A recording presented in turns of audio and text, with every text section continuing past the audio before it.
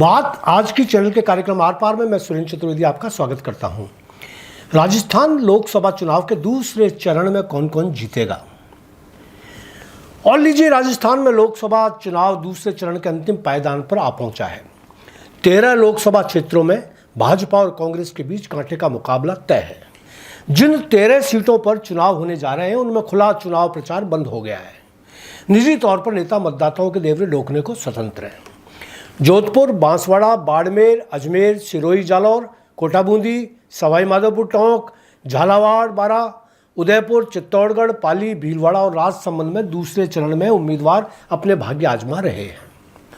Media में exit poll की बरसात हो रही है, जिसे देखो राजनीतिक ज्योतिषी बना हुआ है। ऐसे पूर्व ऐलान कर रहे हैं जैसे हर मतदाता उनको ही बताकर मतदान करने जा रहा हो। भाजपा और कांग्रेस दोनों की ही विचारधारा के प्रभावित पत्रकार अपने अपने चश्मे लगाकर भविष्यवाणी कर रहे हैं। यही वजह है कि पत्रकारों में भी आपसी सहमति नहीं। यहाँ आज मैं भी अपने विवेक और अध्ययन से 13 सीटों पर कौन कौन जीतने के मुहाने पर आ खड़ा हुआ है बताना चाहता हूँ। निष्पक्ष हूँ, किसी विचारधारा से दुराग्रह आग्रह नहीं रखता।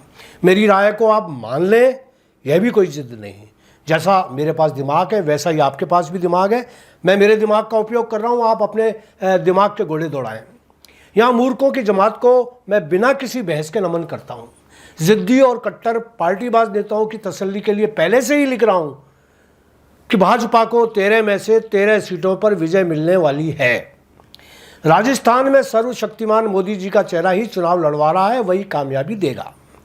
मेरी तुच्छ बुद्धि से जो अध्ययन हुआ उसके आधार पर अलग से लिख रहा हूं कि दूसरे चरण में भाजपा के कई दिग्गज नेता शर्मिंदगी के कगार पर खड़े हैं। यदि मतदान प्रतिशत बढ़ा नहीं और आरएसएस ने अपनी परंपरागत भूमिका और बूथ स्तर पर प्रबंधन नहीं किया तो आधी से अधिक सीट्स पर उनको हार का सामना करना पड़ेगा। आइए संक्षिप्त में 13 लोकसभाओं पर आ जाएं। सबसे पहले अजमेर। यहाँ से भाजपा के भागीरथ चौधरी की बहुत ही कम मतों से सही पर जीत पक्की मान सकते हैं। बाड़मेर से कांग्रेस के उम्मीदवार बहुत ही कम मतों से जीतने जा रहे हैं। रविंद्र भाटी की जीत यद्यपि अधिकांश लोग पक्की मान रहे हैं, मगर अंदर खाते कांग्रेस मजबूती से आगे बढ़ रही है। जोधपुर से भाजपा के गजेंद्र सिंह शेखावत चुनाव जीतने की स्थिति में नहीं। यहां कांग्रेस के करण सिंह उचारडा पर मतदाता विश्वास जता रहे हैं। बहुत ही कम मतों से सही वह चुनाव जीत सकते हैं। सिरोही, जालौर में आखिरकार कड़े मुकाबले में अशोक गहलोत के पुत्र वैभव गहलोत ही जीत जाएंगे। सवाई माधोपुर से कांग्रेस के हरीश मीणा का इस बार चुनाव जीतना संभव नहीं लग रहा। भाजपा के सुखबीर जौनपुरिया जीत जाएंगे। झालावाड़ के दुष्यंत सिंह का भारी मतों से जीतना 100% तय है। कमोबेश यही स्थिति राजसमंद की भी है। यहाँ भी भाजपा की महिमा विश्वराज सिंह की जीत बड़े अंतर से होना तय है। चित्तौड़गढ़ से भाजपा के सीपी जोशी की जीत 100% तय है। पाली सीट पर कांटे की टक्कर है। यहाँ कांग्रेस की डॉक्टर संगीता बेनीवाल बेहद मजबूत हैं, उनका जीतना तय है। उदयपुर से एससी सीट है। यहाँ भाजपा के मन्ना लाल मजबूती से बढ़त बनाए हुए जीतना भी तय है।